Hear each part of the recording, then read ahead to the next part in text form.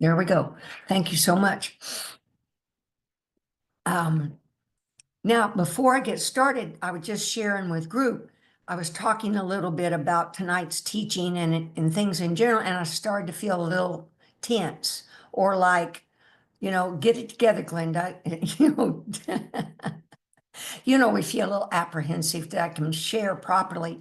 And so I live by what I teach is take that breath. So let's just take a breath here, all of us. And you picture 2 inches below your navel, and you just take a deep in breath, and then on the exhalation, you carry it out long and go A-H, and kind of relax your shoulders, you can even tense your shoulders, but relax them. But take another deep breath in.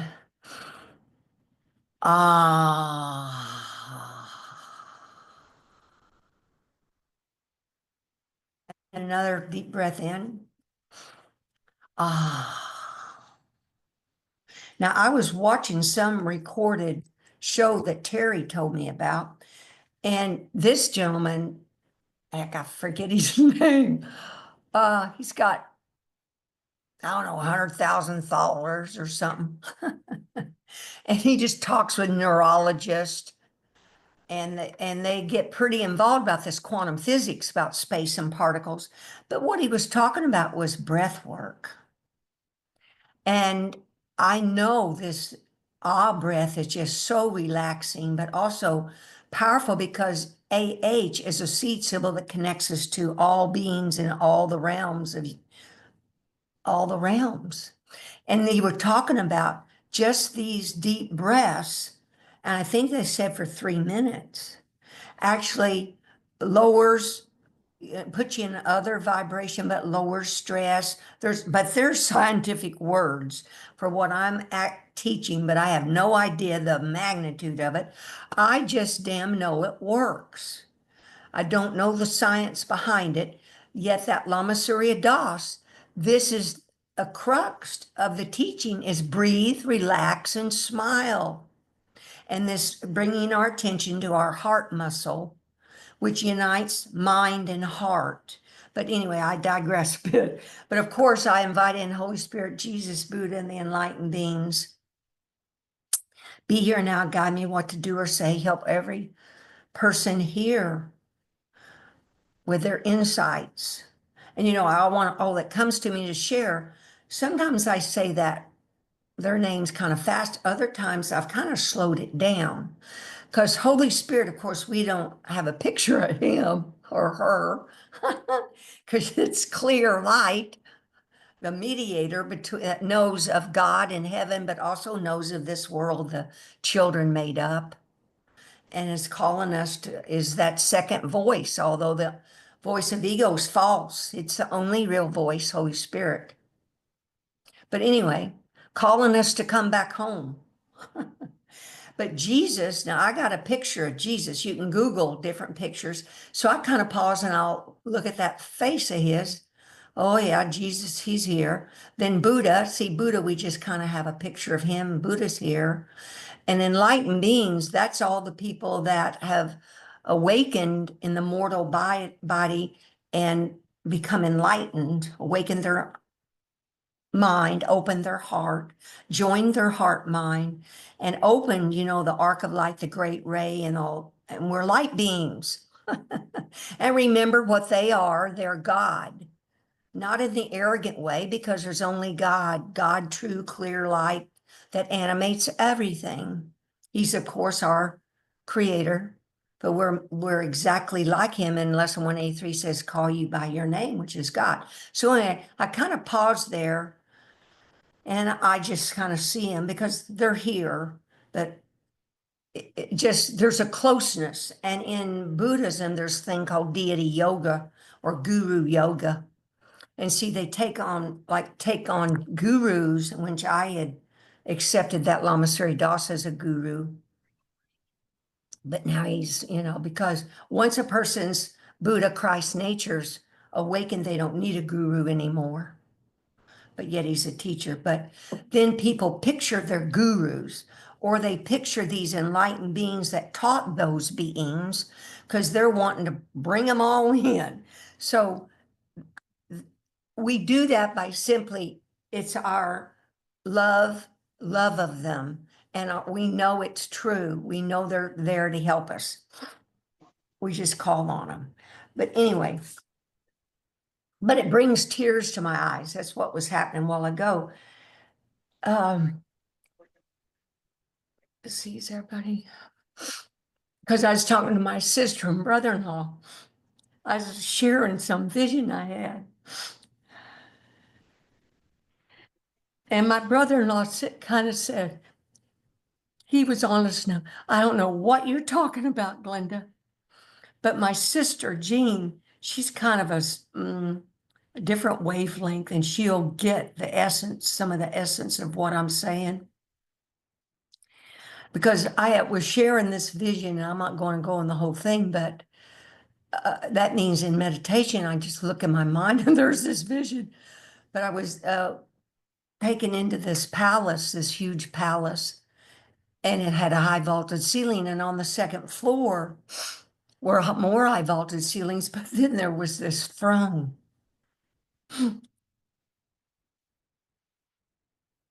See, it brings tears now because I didn't know the significance.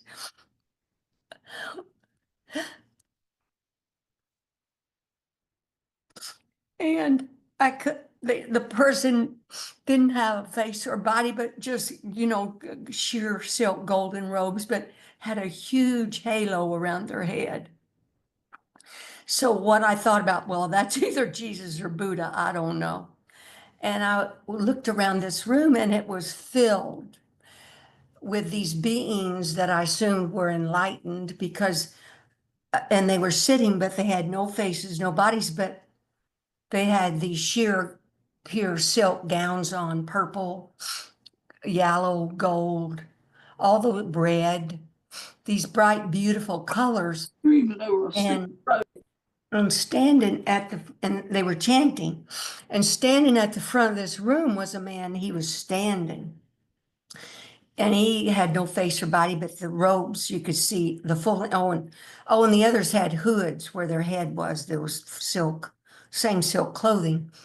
The guy in front of the room, though, he had a black hat on.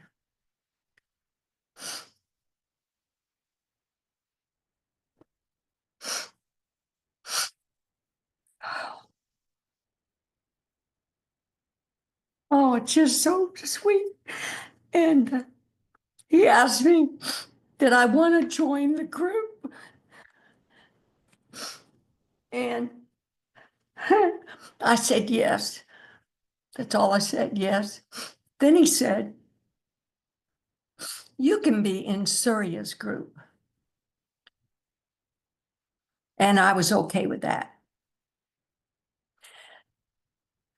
But see that I Googled later or something showed up because this is the universe, just brings what we all need. There's no, person by your practice of advanced forgiveness, meditation, practicing these truths, you're provided what you're needed. We may not think everything's provided for what we need, which is one of the topics of tonight, but anyway, somehow that came about that black hat. This was one of in Buddhism, there's a holy enlightened being called Karmapa. And he reincarnates like the Dalai Lama does. And I think they're now at the 14th Karmapa, but heck, I get this stuff wrong. But the thing is, when one of these Karmapas, I don't know which century, was living, a ruler, a king, was killing people for whatever reason. See, you can Google this, and I didn't know this was going to come up, but that's what he did. But something happened because Holy Spirit's always calling to everyone. He had a change of heart, and he knew something was amiss. There had to be a better way. That's A Course in Miracles, had to be a better way. So he found this holy being, which is this Karmapa, and asked him to teach him. And he did. And this man changed, this king changed. And when I told this story, my sister said, well, she had seen some show on TV about this man, this holy being converting, and she didn't, that wasn't her word, but converting this king. And I said, that's a Kamarpa. But then here's what happened. When the king found the holiness within himself and stopped those behaviors, he have designed this hat. It's a black hat with jewels, all precious jewels in the hat for this Karmapa. And he would wear it in these holy ceremonies. So anyway, that's what told me, hey, that was a Karmapa. Bless their hearts. But anyway, that after that man died, holy being died, I think the hat got stolen. So it's somewhere, but regardless. So let's get back to, so it's never too late to ask for help, turn towards the light, and with diligence, love, and dedication and practice, wow, awakening enlightenment is possible in this lifetime. Or y'all wouldn't be here at this meeting. Because I was talking to Terry, I turn a lot of people off based on this mix of Dzogchen and A Course in Miracles, and taking the course beyond what Jesus, where Jesus says this is there's more than the course. And I've tried to find that, and I'll find a better paragraph in chapter 18, IX, paragraph 11. Jesus says this course will lead to knowledge, but knowledge itself is beyond the scope of our curriculum. And he says, we're learning in there God begins, but he says, if not for us to dwell on what cannot be attained, there's too much to learn. So I've been sitting with that this week because the topic of tonight is two things, that the one or two insights that came within the last 10 days or so, 2 weeks. The first is that the sky does not reach out and grab an airplane.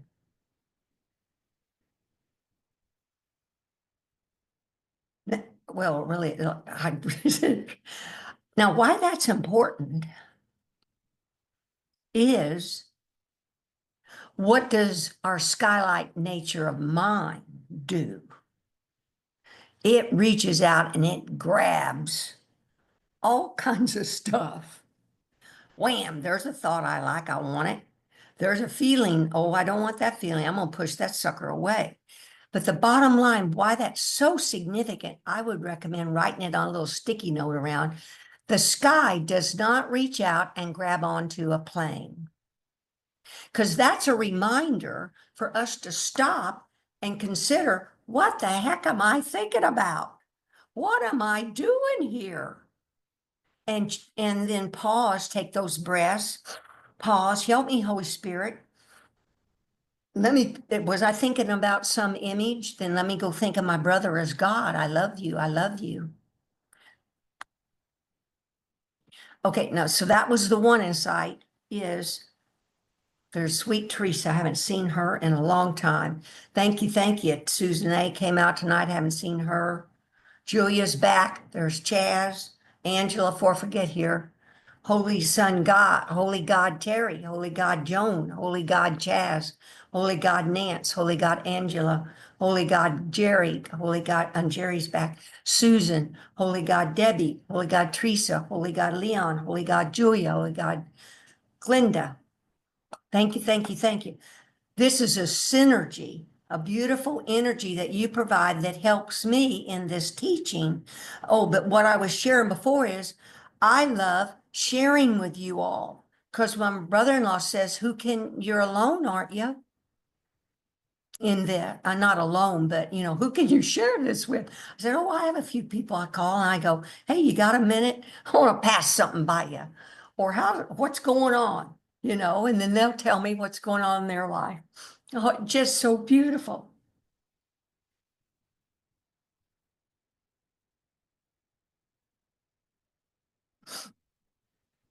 Because you wouldn't be here.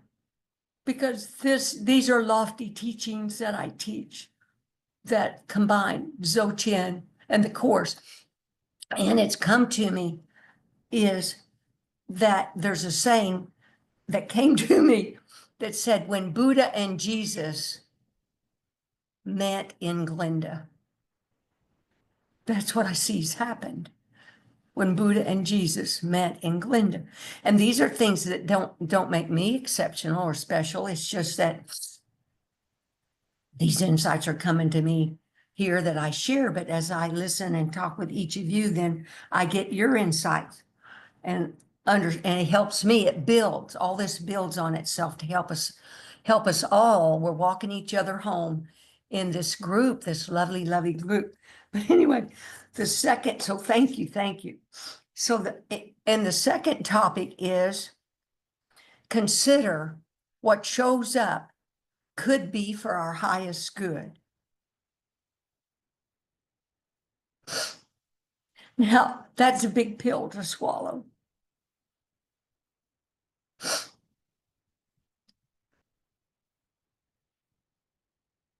Now, why this came up is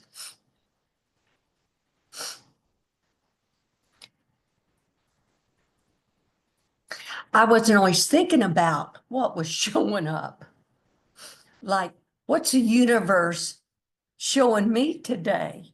Or in essence, what's God or Holy Spirit showing? And what he's showing is whatever shows up in front of my face or in my mind, thoughts in my mind, right? But I'm not always alert and with it. I'm not always the fastest kid on the block or sometimes.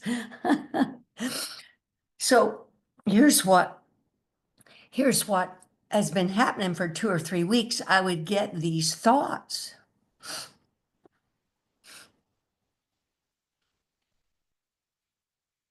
Wow. And see, it's almost called reverse psychology. Holy Spirit, you hear that saying, Holy Spirit works in mysterious ways. Well, yes, but I had never been approached this way before. So I would get these thoughts, and they were actually like the person was talking to me. And it's a family member. And um,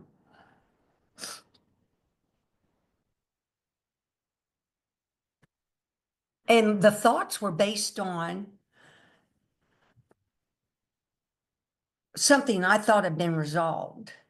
My family member had said, no, I do not want to do that. And so I thought I accepted that. That's the crux of this story too, honesty. But these thoughts that were coming were saying, oh, in essence, I changed my mind. I want to do this, right? And I have to tell you, when I would hear this, I would go, that has to be ego. I'm ignoring that. And so I clean up my language here. It's called spiritual bypass, really. I damn ignored the thought, like, because they'd already said no, they weren't going to do that. So I'm thinking, that's ego just screwing with me, right? So, but that went on. So I'm telling you, finally, I thought, hold it. I ask not once, many times a day, Holy Spirit, Jesus, Buddha, enlightened beings, guide me what to do or say. And what the heck? It dawned on me, I'm having these thoughts. Who am I to say where they're coming from. But I should investigate this. So I got up enough nerve to email the family member. Excuse me. Saying, in essence, now listen, I've been getting these thoughts, but you've turned me down so many times. I don't believe this is ever going to happen, but I know enough that when I'm being guided to ask you, so here it is. So here is, I'm wanting to clarify the answer. Well, guess what? They come back and the answer is still no. Now, in my olden days, that would have really ticked me off, Whoops, and wonder what the heck this issue is. Why is that stuff showing on mine is not. And I did the email, etc. Well, here's why all this happened is the sky had reached out and grabbed a plane. I was attached. That's why, see, there's nuances to all this. That's why I talk about layers and don't think, oh, I got it made now. We keep opening, relaxing, breathing, smiling, learning, meditating, practicing, because this all gets deeper, deeper, deeper, deeper. Because picture, like Jesus says, this will save you thousands of years of effort, he says. And of course, I ask people if he thought it's not telling you there's reincarnation, why would he say that? Well, picture every lifetime we've believed in duality. And to be where we're at now, we've been a few lifetimes of practicing Sophism, Taoism, Buddhism, you name it, probably. And then, of course, miracles only came in this generation. But the thing is, we believed in dualism. So this, in a minute, there's 60 seconds, but in a second, there's, I don't even know how many hundreds or thousands of mind moments. And the ego just is knee-jerk, automatically judging and putting all this stuff in the unconscious mind.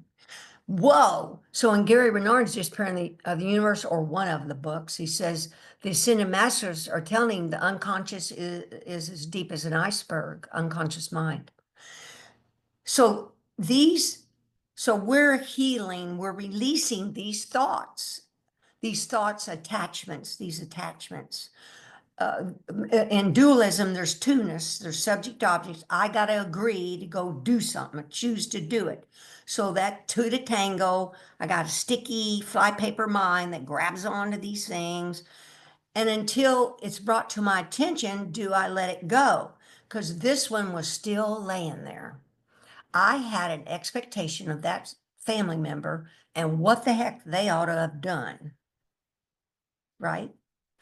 Yeah. So see, that's letting go, letting go. And then when I sat with this, it brought me even deeper, deeper, deeper, is letting go of this tunis business. To be tunis, I'm a body, I'm a separate mind with another separate body going to do something together. Tunis. So letting go of the person I used to be and the belief that I'm a body and not the spirit that God created us as, the clear light spirit.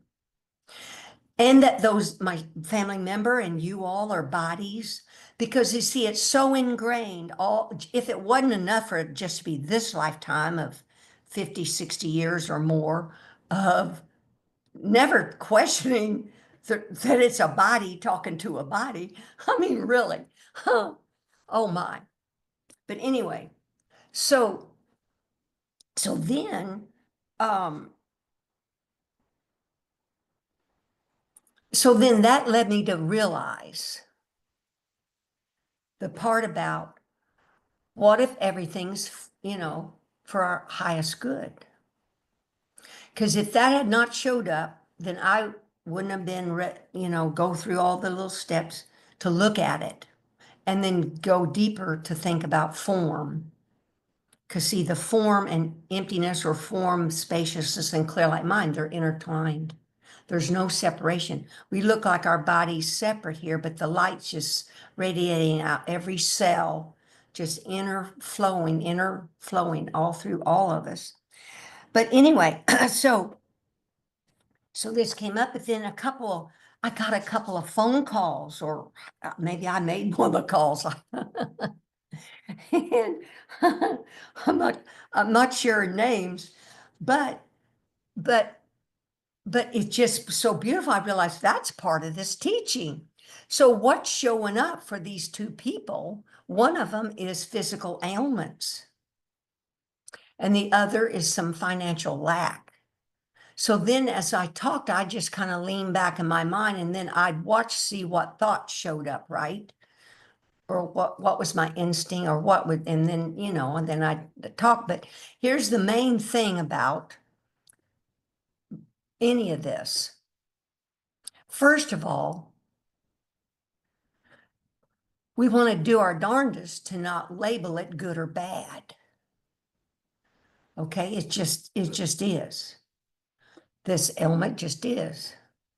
Or it's just part of part of the illusion, part of what is showing up. But we want to be observant that ego isn't taking and having a karma talk with you, beating you over the head with this stuff, going, now, well, this must be some bad karma. And then just wham, wham, wham. Now, none of us here are going to deny that thoughts, feelings, and all these things do, but there's a collective karma. There's karma we have nothing to do with. So I do not know how all this works. I'm just explaining. You're just aware that ego will use truths that we learn and beat us down with them by saying, oh, it's some horrible things you've done. And then before you know it, maybe you're all thinking about some horrible things you've done without releasing them. So you're just aware we're not going down that road. No, I do not go down that road. Simply, and the other second thing that goes with that is, instead of looking like this stuff is piled up on me, because ego's just damn showing you maybe 3, 4, couple things that have happened lately, and just making a pile of issues for you. Just recounting things. Now, that's definitely not Holy Spirit. That is not Holy Spirit, Jesus, or Buddha, or the enlightened beings. They will never forsake us, never point out our errors or ailments. It's just a fact. I got a hurt shoulder or whatever it is. It's just fact. But the thing is, just take a journal, in your journal, and list these separate. They're separate items. Don't mix them together. Don't pile them up. Just take them separate. And as you look at each one separately, you're asking Holy Spirit, Jesus, Buddha, and the enlightened beings to guide you what to do or say. And I teach the middle way, of course, which is medical care, psychotherapy if needed, diet, exercise, meds, acupuncture, Chinese herbs, you name it, whatever you feel drawn to do. But we're not bumps on logs here, folks. We are not. We are proactive. And I want to just clarify, in my life, in this illusion, in this incarnation, 4 of my sisters had breast cancer. And 2 of them damn died. So of course, over time, a couple of us, maybe 3, got genetic tests, but they haven't got all those genes figured out. I don't have the gene for it. But the thing is, it was worth doing, because then they have therapy. But also, I'm proactive. I want to stay alive and awaken and get more awakened, more enlightened, more, deeper, in order to help all my brothers and whatever I'm supposed to be doing here to help my brothers awaken from this illusion. So I want to stay around, and I prefer to, keep it as healthy as I can. Now let's see what I wanted to share too. Oh, so on this breast deal, there are proactive tests we all can have. And mammograms, but see, there's diagnostic mammograms and ultrasounds, and then there's an MRI. I won't bore you with all this, but I'm damn doing it. Every 6 months, an MRI, and the other 6 months is a diagnostic mammogram with ultrasound. I'm not taking this lightly. I'm not spiritually bypassing, because see, these are thoughts. Holy Spirit wants you to stay around. He'd like for you to awaken in this lifetime. Yes, you really do. Because everybody you're around, that light that's in you shines out and helps everybody. You all have no idea how all your light and love helps all the universe, let alone your own community. Picture, it's unfathomable to me. The rippling effect of this light and love, and your intention to be a sweeter, more loving person and live these truths. That's your intention. Now, of course, sometimes we have our knee-jerk reactions, but anyway. So that being aware of what shows up, besides doing it's called relative physical things, the absolute reality is that we think of, like when I'm at those labs, of those people as God, God, God, I love you. And walking through the building, I love you, God, God. And I'll sit in that chair out there in that waiting room, and I'll take my awareness above the hospital or the building and send that light over this building. Let this light help heal whatever these people need to have healed in their mind or body. Help them, help them. Because we're channels and portals to bring that light through us to come. Besides, it naturally will radiate out, but you consciously can bring it, see it, and bring it to where you're at. But anyway, but these ailments or financial lack, the bottom line is to stop and think our spiritual truths in combination with any physical things we're doing. And those ailments or spiritual lack can cause us to go to the light. Now, what brought us to all this was suffering. Probably it brought me to A Course in Miracles, suffering and pain. There had to be a better way. Well, we can use this to bring our attention, our awareness back to the still center, that great ray, that still column of light that runs through the center of you. That still center, picture it, it's a column of light. It's running through you. It's a still center of the storm. But out here, away from it, is the wheel, the cosmic wheel, but your body's in it. Your body's in the wheel, the physical universe. And that light from the great ray is that wheel turns. The universe turns due to that God light that's being emitted by all these great rays. But anyway, that's how you see yourself. You're really in the center. You're in the center of the cosmic wheel. What you're doing is not light, but anyway, that's how is very, very, very powerful. Let's see. And it's not the cards. I'm looking at my notes because probably running out of time. Cards were dealt, but how we play the hand. That's what I'm talking about, not judging the hand. Oh, here's the other big one that came as to do this insight.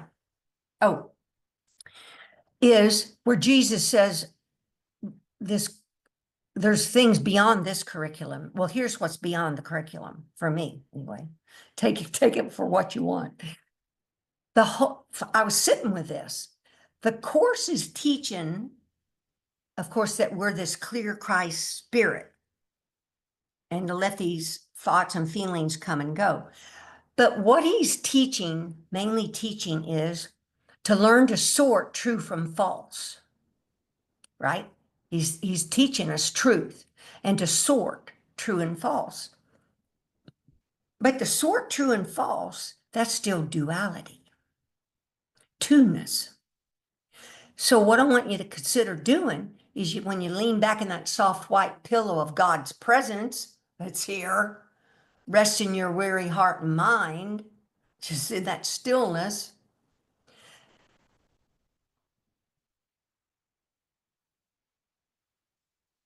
Consider, of course, there's not good and bad. There's not two-ness. So what's going beyond the Course is not two-ness. Where letting thoughts and feelings just come and go on that skylight nature of mind, just letting them come and go. Guess what? That's non-duality. Pure non-duality. Unconditional love. You're not, well, when we're awake, we're not stopping to go, there was a damn ass ego thought. That was a good thought. That was a healthy thought, or that was a sick thought, or healthy, or good, bad. We had to do it before you can get beyond it. So consider, it's so powerful, this teaching of Dzogchen, which is letting these thoughts, letting go, means letting thoughts, means letting come and go. So you're picturing that sky, your mind, this God mind, this vast spaciousness is sky-like, S-K-Y dash like, L-I-K-E, sky-like mind, vast spaciousness, no corners, no edges, no nothing. It's not grabbing the clouds, it's not grabbing the birds, it's not grabbing the airplane. But think about something else. This came to me the other day when I was uh, explaining this to a lady at the health club. Believe this or not, young girl. I said, picture how when we're younger, our families can grab onto a discursive thought about another family member and hang on to that thing for years. Oh, it's them against us. How dare them think about that? I don't, that will was done this way and the trust was done that way and the attorney did this, and whoa, looky what we do. We grab on, but we don't, well, but when I was describing to her, I went, whoa, I did that. I've grabbed on to discursive thinking about a family relative for years. So now picture what we're doing now. Y'all are very evolved. We're recognizing, hey, I got a thought. I just attached to that thing and I went off with it. And and guess what? I realized I was judging that as good or bad. Now, granted, we're not going to put our body in harm's way. We got to make choices driving. We're talking about being awakened, having capital A awareness. Because when people are in a coma, there's no mind operating. There's no coma. But when they come back later, it's like they were aware. They were aware of something. Maybe they were aware of the light. I don't know. But it's called awareness. Now picture, and that's the highest, I think, in awakening. We become, we're big A aware of this clear light of God's presence, and then we're letting our body images and bodies and thoughts and feelings, all the senses from the five sense gates, and the mind is the sixth sense, come and go. And if we let them, if we relax into this, these thoughts and feelings, they self-arise, but they'll self-liberate. If I don't hang on to them, if we don't hang on to or push them away. So what came to me when I was sitting with this was, wow, this is beyond the Course, because going beyond duality. You're going beyond good and bad and judging to letting things come and go. That's unconditional love.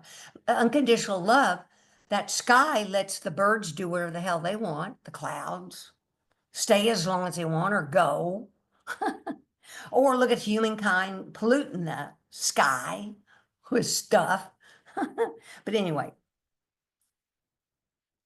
so the more I sit with watching those meditations that Lama Surya Das does about Dzogchen and breathing, breath, and just breathe, relax, and smile, and talking about just let these thoughts, I had come, go, which means let them come and go.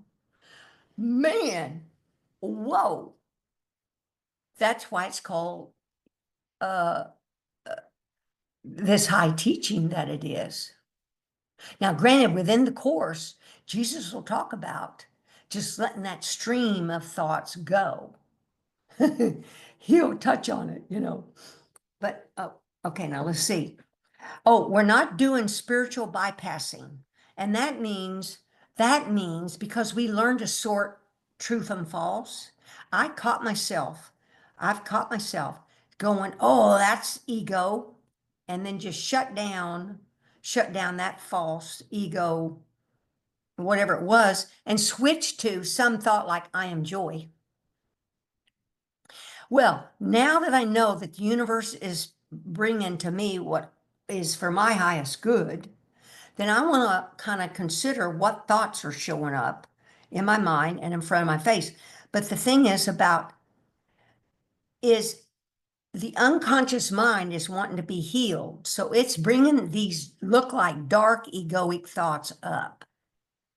That's why we have journals. You write them down and then you sit there with Holy Spirit, Jesus, Buddha, and enlightened beings, and you think you practice that advanced forgiveness, etc. But it's huge. It's huge. Don't want a spiritual bypass. But on the same hand, we don't want to waller in some of this stress and trauma we've had in our life. But yet, the people involved are the ones we want to practice the advanced forgiveness on, every person involved that we can think of. Okay, now then I'm wanting to talk a little faster because all those knee-jerk judgments that ego's been doing that I agreed to unconsciously, didn't even know he was doing, let alone the ones I agreed to about my family before I knew better, is get stored in the body, in the cells, in the muscles. It's all clogged up here.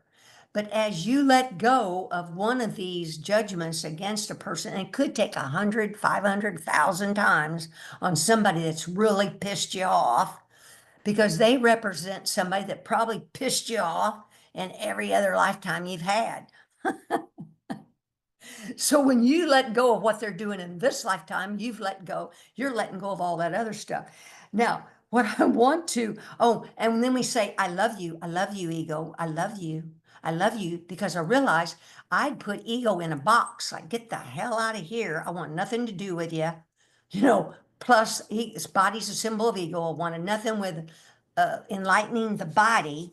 And I found where Jesus says, let's find this, read this.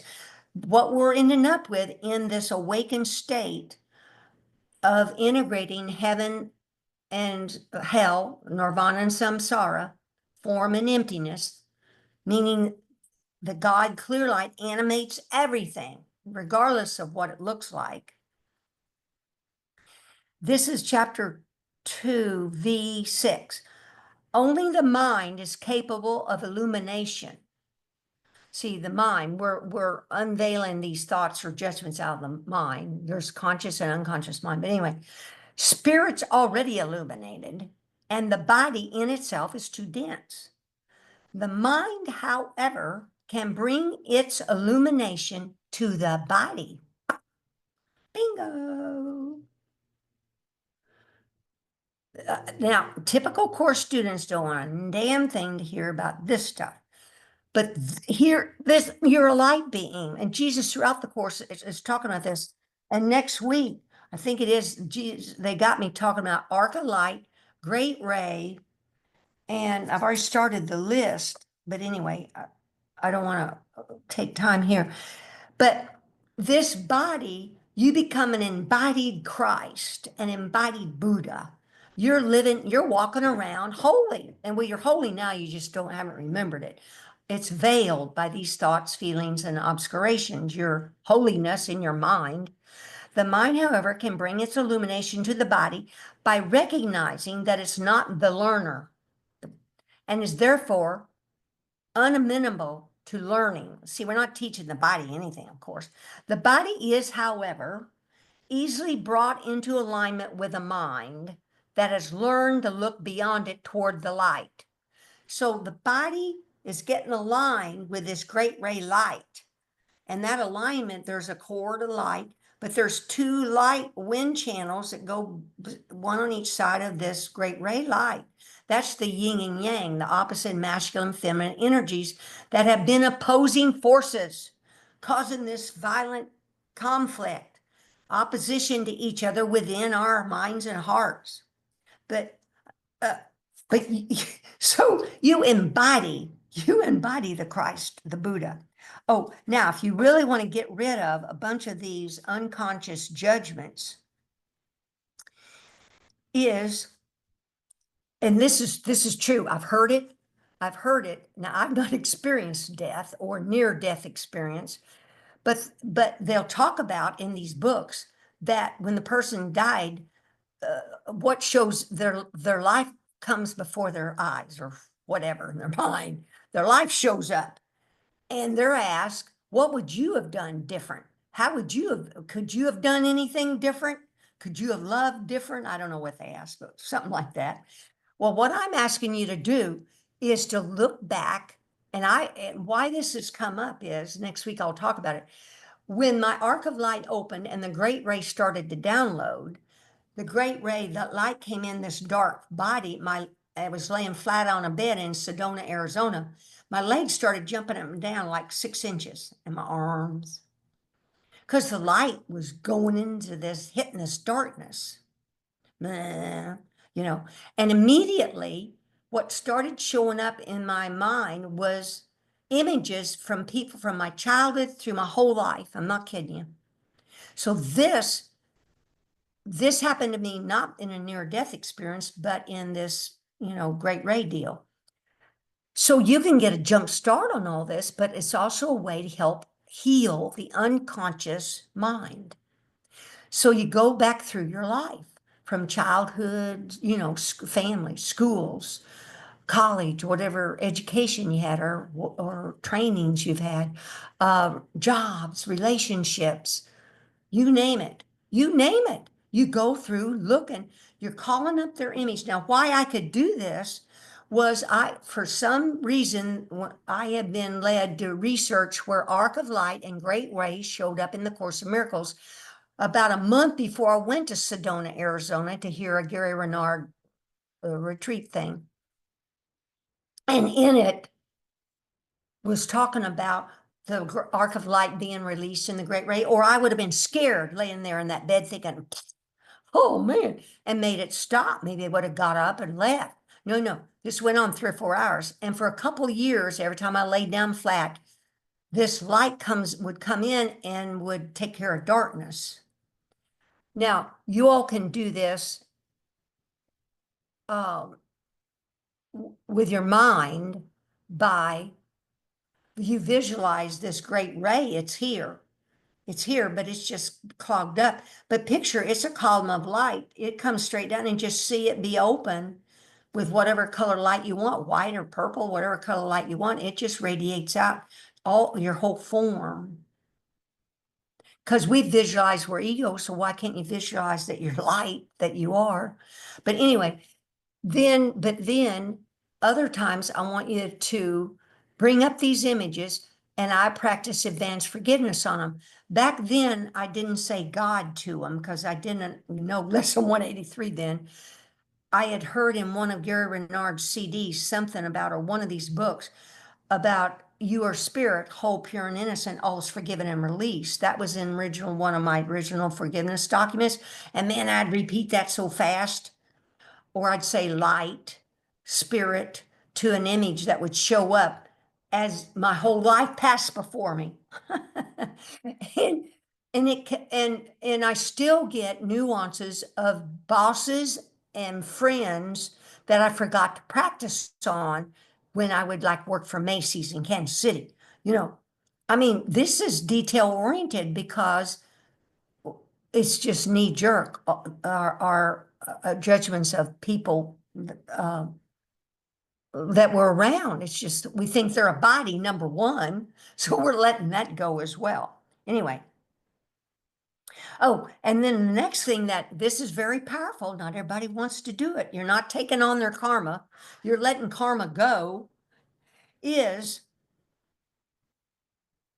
the universe presents images, like if we see something on TV, those are images to practice forgiveness on, actors or whatever, or in our grocery line or whatever, but they might present images to you from other countries or worlds, the news or whatever.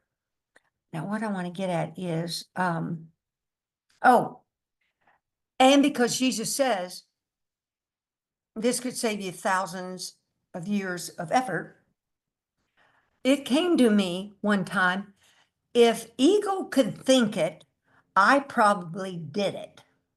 Now, that's another one you could write down. If ego could think of it, I probably did it. Because picture then all these other lifetimes when I wasn't practicing forgiveness. And let's say, back in the Vikings, Crusades. And remember, the Crusades were done because I forget what religion thought they were going to go out and convert people to their religion. Crusades, besides wars, border conflicts, etc., is there. And in my email, I talk about I practice kind of some different types of forgiveness beyond, not just the one where you look past the form to the clear light of spirit that each person is, and that they're loving God, is because I have believed in dualism, and we believed in dualism, then I believe I've done these things. So then I will ask people for forgiveness in my mind. Please forgive me. If I'd known better, I would have done better. If you had known better, I'm sure you would have done better. Please forgive me. I vow not to do it again. I love you. I love you. God, God, God. And what we're doing, we're letting go more of errors and mistakes. But in the illusion, they're not real, but because we believe in dualism, they seem to be real. And we have guilt about these actions. We just let this go, but yet, we're being kind. And I even tell people, if I hurt your feelings, I'm sorry. I didn't mean to hurt your feelings. Please forgive me. Where at the same time, then I see through their form, or it's called cutting through their form, TRECHOD, Trescend, seeing the clear light of spirit that they are. Let's see what else is in here. And at the end of the day, you can also look at your actual day, what people you might have met or thought about, and practice forgiveness on them. And also, because we're wanting to go from me to we, we're thinking about, we understand our own pain and suffering. So then we tend to have more empathy and compassion for those that are suffering, not in our community or around the world, right? Because you're going from me to we. That's part of this, what the universe is presenting to us when they show you pictures from around the world. It's an opportunity to practice this forgiveness on those images, but also, to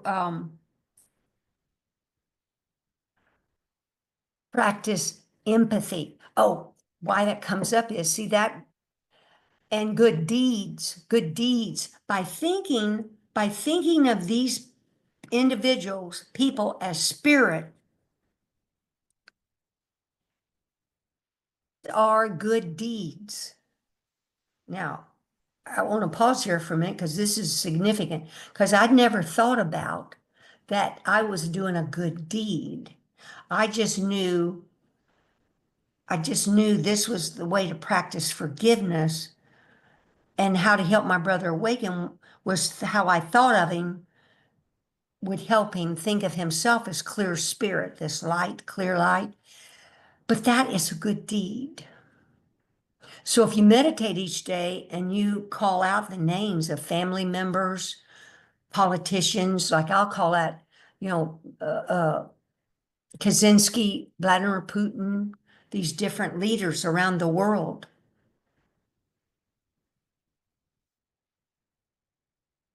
And that's a good deed.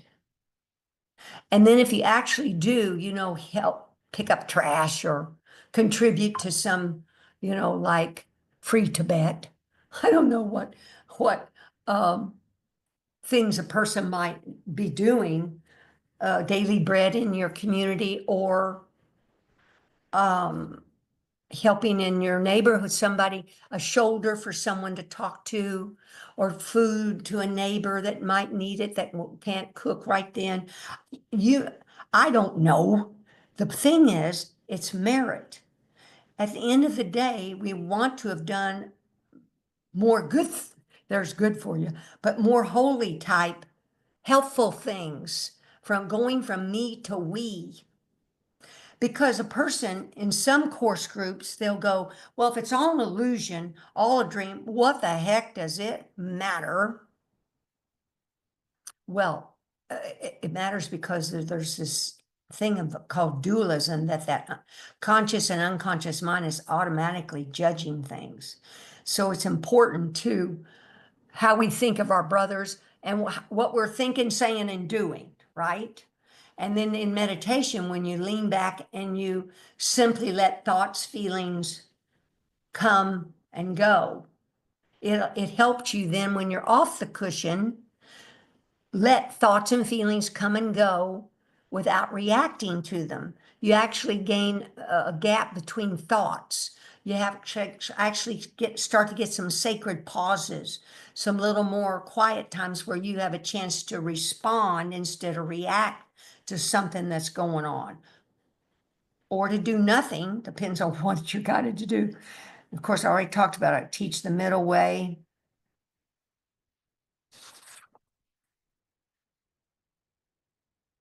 And then the main thing in chapter 31 VI1 is where Jesus explains advanced forgiveness.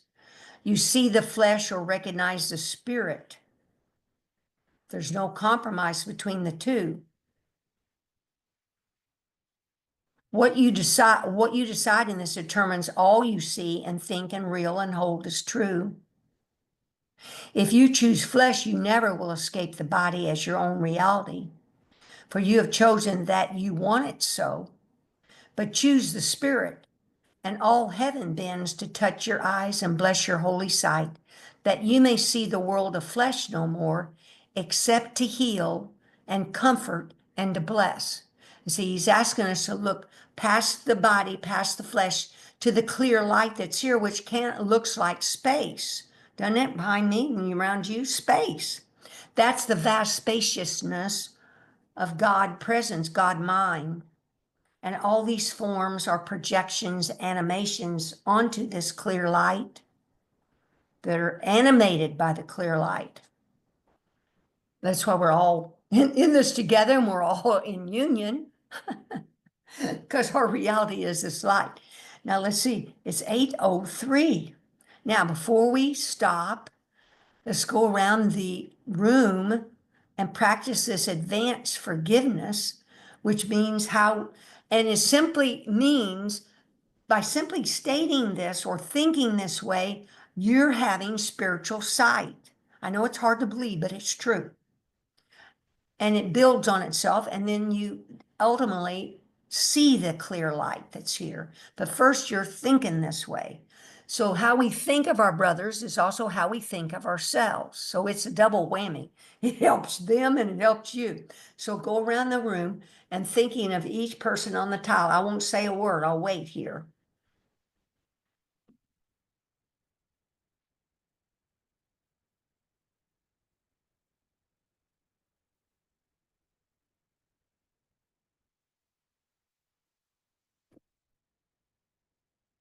Thank you, thank you, thank you. See, it just takes a couple of seconds how we think of them.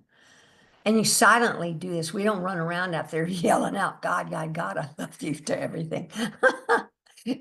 Silently. And I'll close in, breathe, smile, relax. Now, if you don't feel like smiling, because that's not easy sometimes, then just kind of put your attention in your heart and put a grin in there. Just put a little grin. And the grin, if you kind of let it grin, it kind of opens. You can use pause there. You kind of feel a little opening, because it causes endorphins, very sweet feelings. But breathe means actually be aware of your breath. Breathe in, breathe out, do that ah, and then just relax. We're taking all this stuff just way too serious. We just do the best we can. We adapt and go again. Don't beat ourselves up. We're doing, congratulate yourself. I mean, really, I think about that I used to 100% of the time not know any different and just thinking ego thoughts all the time. So now if you're 50-50, you're up on the game. That means 1 out of 2 thoughts might be ego. Who cares? You're improving, And then but ego will never stop talking. Never. And it's not the purpose to repress egoic thoughts or deny these thoughts or feelings. Oh, I forgot the feelings on pain and thing. You can breathe. Let me think. Breathe in. You breathe in the pain. Breathe like if I have my shoulder, breathe in the pain. Then on the exhale, take my attention to my shoulder and exhale white light to it. So you're breathing in the pain, the darkness, and then exhaling, breathing out purity of spirit or light to pain, or to, yeah. So, so don't beat yourself up when you have a negative thought or you have an ailment. Oh, or what it, no, no, no. We're not here to do that. You just simply, you're aware of your thoughts and at that moment, you're letting thoughts come and go. But when thoughts like for me, when that same thought was going over for 2 weeks, I realized I needed to do something about it. But you've all got your own practices you've developed over the years. So way to go. Now, before we go, has anyone got a thought or a comment before I stop the recording? You sweeties, look at all these lovely people I haven't seen in a bit. There's Teresa, Julia, Leon's back, Jerry, Dr. Liz, Susan A's here. There's Nance. Nance not been here. Oh, let's send some vibes out to Nance and to all those that have a physical ailment or lost a loved one or have things they need to resolve, in this physical world. Let's just send some love and light to Nance and to anyone here in this screen that needs it and in the universe.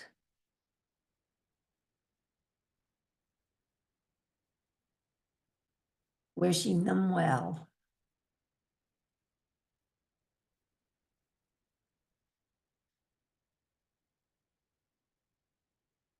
Okay, thank you, thank you, thank you. Okay, now I'm going to stay for a little bit and chat for a second. Stop.